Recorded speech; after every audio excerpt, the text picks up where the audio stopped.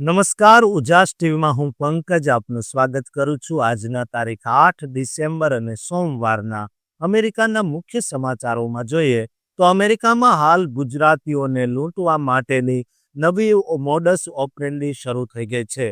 Phone કોલથી ગુજરાતીઓને ડરાવી ધમકાવીને dollar લઈ લેવામાં આવી રહ્યા છે. ત્યારે આ લૂંટમાંથી કેવી રીતે બચવું તેના ઉપાયો જણાવીશું. સાથે જ વાત કરીશું કે અમેરિકામાં સર્જાયેલી કરુણાંતિકાની. એક ઘરમાં આગ લાગતા એક યુવતી ઊંઘમાં જ ભડથું થઈ ગઈ છે. આ ભારતની દીકરી સહિતના અન્ય એકનું પણ આ કરુણાંતિકામાં પ્રાણ પંખેરું ઉડી ગયું છે. તેના વિશે વિગતે જાણીશું. સાથે જ જોઈશું કે ન્યુયોર્કના નવા બનેલા મેયરે એક પડકાર ફેંક્યો છે. આઈસને તેમણે ચોખ્ખું પરખાવી દીધું છે કે કોઈના ઘરમાં ઘૂસીને ધરપકડ કરી તો તમારી ખેર નથી. સાથે જ તેમણે એક વિડીયો પણ જાહેર કર્યો છે, તે પણ આપણે જોઈશું, જેમાં તેમણે લોકોને સાવધાન કેમ રહેવું તેની પણ ટિપ્સ આપી છે. જેના વિશે ચાલો જાણીએ વિસ્તારથી. તમે અમેરિકામાં રહો છો અને તમને ફોન કોલ્સ આવે છે કે અમે ભારતીય એમ્બેસીમાંથી બોલીએ છીએ, તમને દેશ નિકાલ એટલે કે ડિપોર્ટેશન કરવામાં આવી રહ્યા છે. આ શબ્દ સાંભળતા જ તમારા પગ નીચેથી જમીન સરકી જાય છે. પરંતુ તમને એક ઓપ્શન આપવામાં આવે છે કે તમારે જો અહીંયા જ રહેવું હોય તો અમે કહીએ તે પ્રમાણે કરતા જાઓ. બસ આ ફોનથી શરૂ થયેલી જાળ તમને અમેરિકામાં જ બરબાદ કરવા માટે પૂરતી છે. આઈસનું દબાણ હાલ ભલે ગમે તેટલું હોય અને તમે તેનાથી બચી ગયા હો, પણ આ જાળમાંથી બચવું પણ ખૂબ જરૂરી છે. આ સ્કેમમાં ગઠિયાઓ પોતાને ભારતીય દૂતાવાસના અધિકારીઓ ગણાવીને એવા ડરનો માહોલ પેદા કરે છે કે પીડિતો લાખો ડોલર ગુમાવી બેસે છે. ડર અને ભાવનાત્મક દબાણ હેઠળ તેઓ ક્રિપ્ટો કે વાયર ટ્રાન્સફર દ્વારા ડોલર આપી દે છે. કારણ કે આ સ્કેમર્સ કેવી રીતે કાર્ય કરે છે, આ સમગ્ર મોડસ ઓપરેન્ડી અને સૌથી મહત્વનું, આ ભયાનક લૂંટથી બચવા માટે તમારે શું કરવું જોઈએ, જુઓ આ સંપૂર્ણ વિડીયો. અમેરિકામાં સ્થાયી થયેલા ભારતીય સમાજ, ખાસ કરીને ગુજરાતીઓ અને અન્ય રાજ્યોના એનઆરઆઈ માટે એક ચોંકાવનારી ઘટના સામે આવી છે. અહીં એક સંગઠિત ગેંગ દ્વારા ફોન કોલિંગ સ્કેમ ચલાવવામાં આવી રહ્યું છે, જેમાં હજારો ભારતીયો, ખાસ કરીને ગુજરાતી વેપારીઓ અને વિદ્યાર્થીઓને નિશાને બનાવવામાં આવ્યા છે.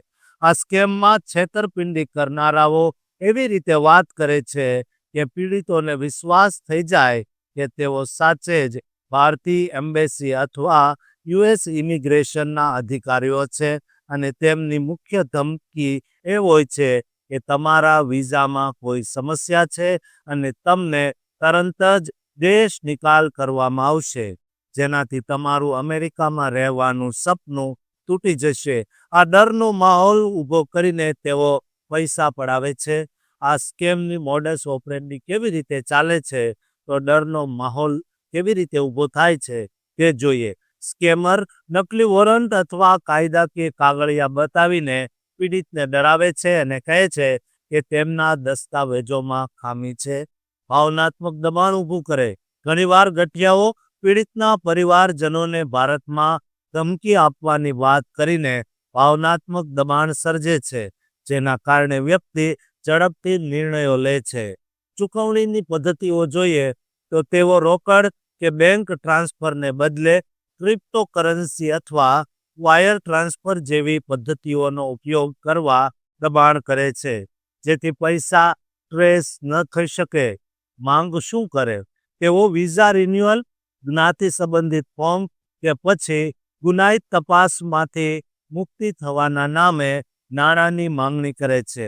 આ સ્કેમના કારણે હજારો એનઆરઆઈ પીડિત થયા છે, જેમાં ખાસ કરીને અમેરિકાના વિવિધ શહેરોમાં રહેતા ગુજરાતી વેપારીઓ અને યુવા વિદ્યાર્થીઓનો સમાવેશ થાય છે. આ સ્કેમમાં લાખો ડોલરનું નુકસાન થયું છે અને તેનાથી પીડિતોના માનસિક આરોગ્ય પર પણ ગંભીર અસર પડી છે. આવા સ્કેમથી બચવા માટે દરેક એનઆરઆઈ અને ગુજરાતીઓએ આ 3 પગલાં લેવા અનિવાર્ય છે. અજાણ્યા કોલ્સને અવગણો. જો કોઈ તમને ભારતીય એમ્બેસી કે યુએસ અધિકારી તરીકે ફોન કરે અને પૈસાની માંગ કરે તો તરત જ ફોન કોલ કાપી નાખો અને તે નંબરને બ્લોક લિસ્ટમાં નાખી દો. એમ્બેસી કે સરકારી એજન્સીઓ ક્યારેય ફોન પર પૈસા કે ક્રિપ્ટોની માંગણી કરતા નથી. ચકાસણી કરો. કોઈ પણ પ્રકારની માહિતી કે ધમકી મળે તો ભારતીય દૂતાવાસથી સત્તાવાર વેબસાઇટ પર જાઓ અથવા સીધો ફોન કરીને તપાસ કરો. પોલીસને જાણ કરો. જો તમને શંકાસ્પદ કોલ આવે તો પેમેન્ટ કરતા પહેલા તરત જ સ્થાનિક પોલીસ અથવા ફેડરલ બ્યુરો ઓફ ઇન્વેસ્ટિગેશનને જાણ કરો. આ સ્કેમ વિદેશમાં વસતા આપણા લોકો માટે ચેતવણી રૂપ છે. દરેક ભારતીય, દરેક ગુજરાતીએ જાગૃત રહેવું અને સુરક્ષિત રહેવું ખૂબ જરૂરી છે. આંખોમાં એક એવું સપનું લઈને વિદેશની ધરતી પર ભારતની દીકરી ગઈ હતી. માતા પિતાએ દીકરીનું ભવિષ્ય ઉજ્જવળ બને તે માટે પોતાના કાળજાના ટુકડાને 7 સમંદર પાર મોકલ્યો. પરંતુ અમેરિકાની ભૂમિ પર એક અણધારી ભયાનક આગની ઘટનાએ માત્ર 24 વર્ષની આ યુવાન દીકરીનું સપનું જ નહીં પરંતુ તેના માતા પિતાના જીવનને પણ એક જબરદસ્ત આઘાત આપી દીધો છે. સાયબર સિક્યુરિટીમાં માસ્ટર્સ કરીને હજી તો માંડ નોકરી શરૂ કરી હતી ત્યાં જ ન્યુયોર્કના આલ્બામાની શહેરમાં એક ભર નીંદરમાં જ આ દીકરીને કાળ આંબી ગયો. શરીર ભડથું થઈ ગયું. પરિવાર આ વજ્રઘાતને સહન કરી શકે તેવી સ્થિતિમાં નથી. શું અમેરિકામાં પણ કોઈ સુરક્ષા નથી? તેવા માત્ર સવાલો ઉઠાવી રહ્યો છે પરિવાર. શું છે આ દુર્ઘટના અને કેવી રીતે 2 આશાસ્પદ ભારતના યુવાનો અમેરિકામાં ભરખાઈ ગયા તેની સંપૂર્ણ વિગતો અમે આપને આપવા જઈ રહ્યા છીએ, જે તમારા રૂવાડા ઊભા કરી દેશે. તો વિડીયોને અંત સુધી જોવા વિનંતી.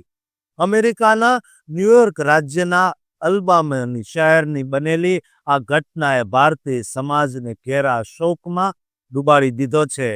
તેલંગાણાના જંગાવો જિલ્લાના જોડી મેટલા ગામની વતની 24 વર્ષીય સહજા રેડ્ડી ઉદુમલા, જે પોતાના ઉજ્જવળ ભવિષ્યના સપનાઓ સાથે વર્ષ 2022માં અમેરિકા આવી હતી. યુનિવર્સિટી એટ ઓલ્બામાની સાયબર સિક્યુરિટીમાં માસ્ટર્સ કર્યા બાદ તેમણે તાજેતરમાં જ નોકરીની શરૂઆત કરી હતી. તેમના પરિવારમાં પિતા આઈટી પ્રોફેશનલ અને માતા શિક્ષિકા છે. 4 ડિસેમ્બરની સવારે આશરે 11:40 વાગ્યે 241 વેસ્ટર્ન એવન્યુ પર સ્થિત તે રહેતી હતી તે મલ્ટી સ્ટોરી બિલ્ડિંગમાં અચાનક આગ લાગી. સહજા નાઇટ શિફ્ટ પૂરી કરીને ઘરે આવીને સૂઈ રહી હતી જ્યારે આગ તેના રૂમની નજીકથી શરૂ થઈ અને ક્ષણવારમાં જ ભયાનક વિકરાળ સ્વરૂપ ધારણ કરી લીધું. જ્યારે ફાયર ડિપાર્ટમેન્ટ સ્થળ પર પહોંચ્યું, આગ ફાયર ચીફ ઓફિસર ગ્રેગરીના જણાવ્યા પ્રમાણે વિકરાળ સ્વરૂપ ધારણ કરી ચૂકી હતી. તેજ પવન અને મુશ્કેલ હવામાનના કારણે રેસ્ક્યુ કાર્ય ખૂબ જ જટિલ બની ગયું હતું. તેમ છતાં ફાયર ફાઇટર્સ 4 વ્યક્તિઓને ભયંકર આગની લપેટોમાંથી સુરક્ષિત બહાર કાઢી લાવે છે. દુર્ભાગ્યે સહજા 90% બળી ગઈ હતી અને તેમને અને અન્ય એક ભારતીય વિદ્યાર્થી અન્વેષ સારાપેલીને ગંભીર હાલતમાં વેસ્ટ ચેસ્ટર મેડિકલ બર્ન સેન્ટરમાં ખસેડવામાં આવ્યા. 15 કલાક સુધી જીવન મરણ વચ્ચે બંને ઝઝૂમ્યા. પછી 5 ડિસેમ્બરના રોજ સવારે સહજાનું અવસાન થયું. આ ઘટનામાં માત્ર સહજા જ નહીં પરંતુ બીજા ભારતીય વિદ્યાર્થી અન્વેષ સારાપેલીએ પણ 7 ડિસેમ્બરના રોજ પોતાના પ્રાણ ગુમાવ્યા. આ બંને તેલુગુ ભાષી વિદ્યાર્થીઓ હતા અને આ ઇમારતમાં યુનિવર્સિટી એટ ઓલ્બામાનીના અનેક વિદ્યાર્થીઓ રહેતા હતા. આગ ઝડપથી ફેલાતા 239 વેસ્ટર્ન એવન્યુની નજીકની ઇમારતને પણ અસર કરી, જેના કારણે કુલ 13 રહેવાસીઓને પોતાના ઘર છોડીને જીવ બચાવવામાં સફળ થયા. એક શ્વાન પણ સુરક્ષિત રીતે બચાવાયો હતો.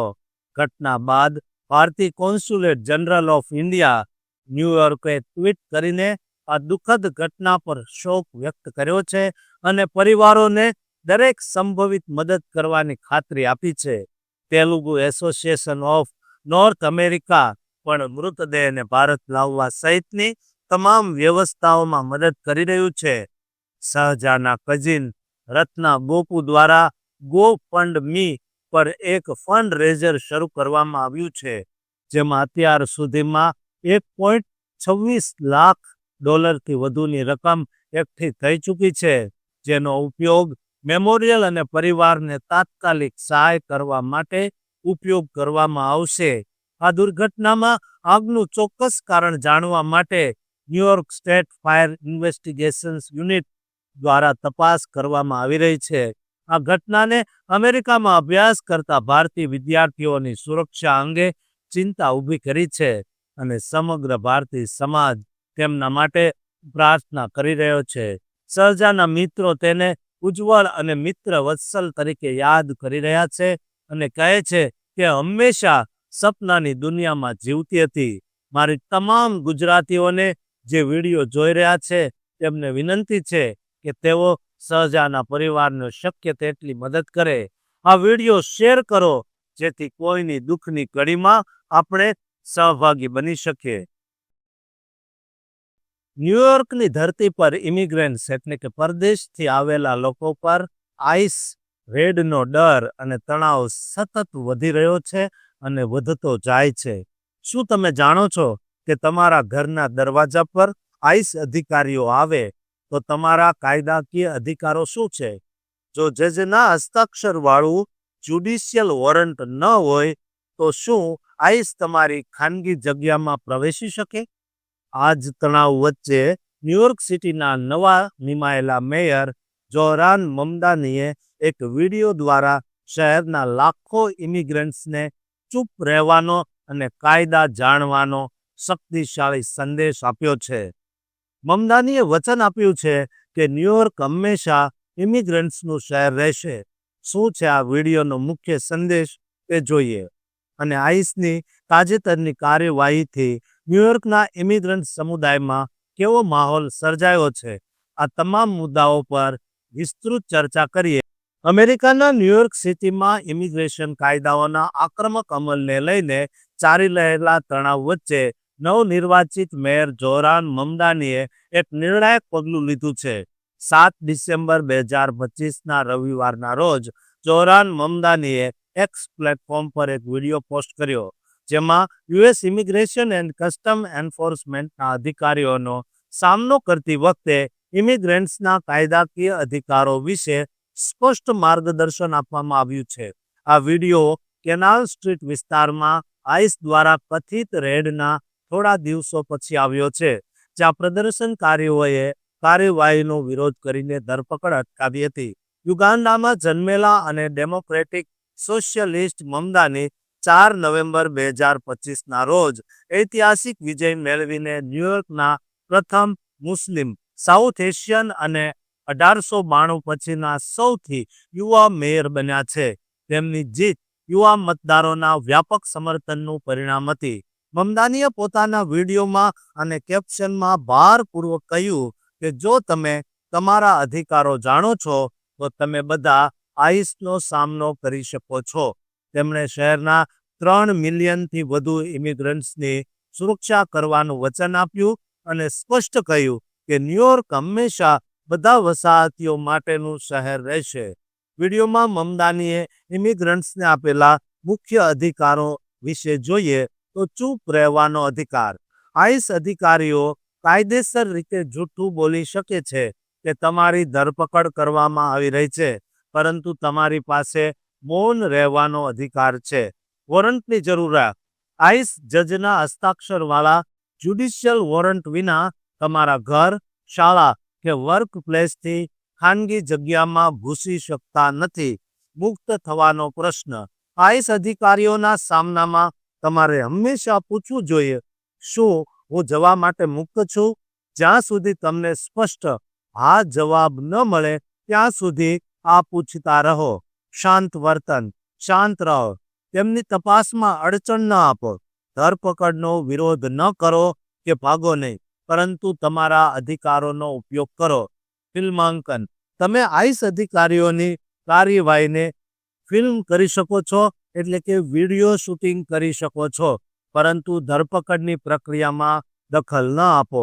આ વિડીયો ન્યૂયોર્કના ઇમિગ્રન્ટ સમુદાયમાં આશા અને સુરક્ષાનો ભાવ જગાડે છે. ન્યૂયોર્ક સિટી એક સેન્ચ્યુરી સિટી તરીકે ઓળખાય છે, જ્યાં સ્થાનિક પોલીસ ફેડરલ એજન્ટો સાથે ઇમિગ્રેશન કાયદાઓ લાગુ કરવા માટે સહયોગ કરતી નથી, અને મમદાનીનો આ વિડીયો શહેરની આ નીતિને વધુ મજબૂત કરે છે. વિડીયો વાયરલ થયા પછી તેને આંતરરાષ્ટ્રીય મીડિયા કવરેજ પણ મળ્યું છે, જે દર્શાવે છે કે આ મુદ્દો વૈશ્વિક સ્તરે કેટલો મહત્વપૂર્ણ છે.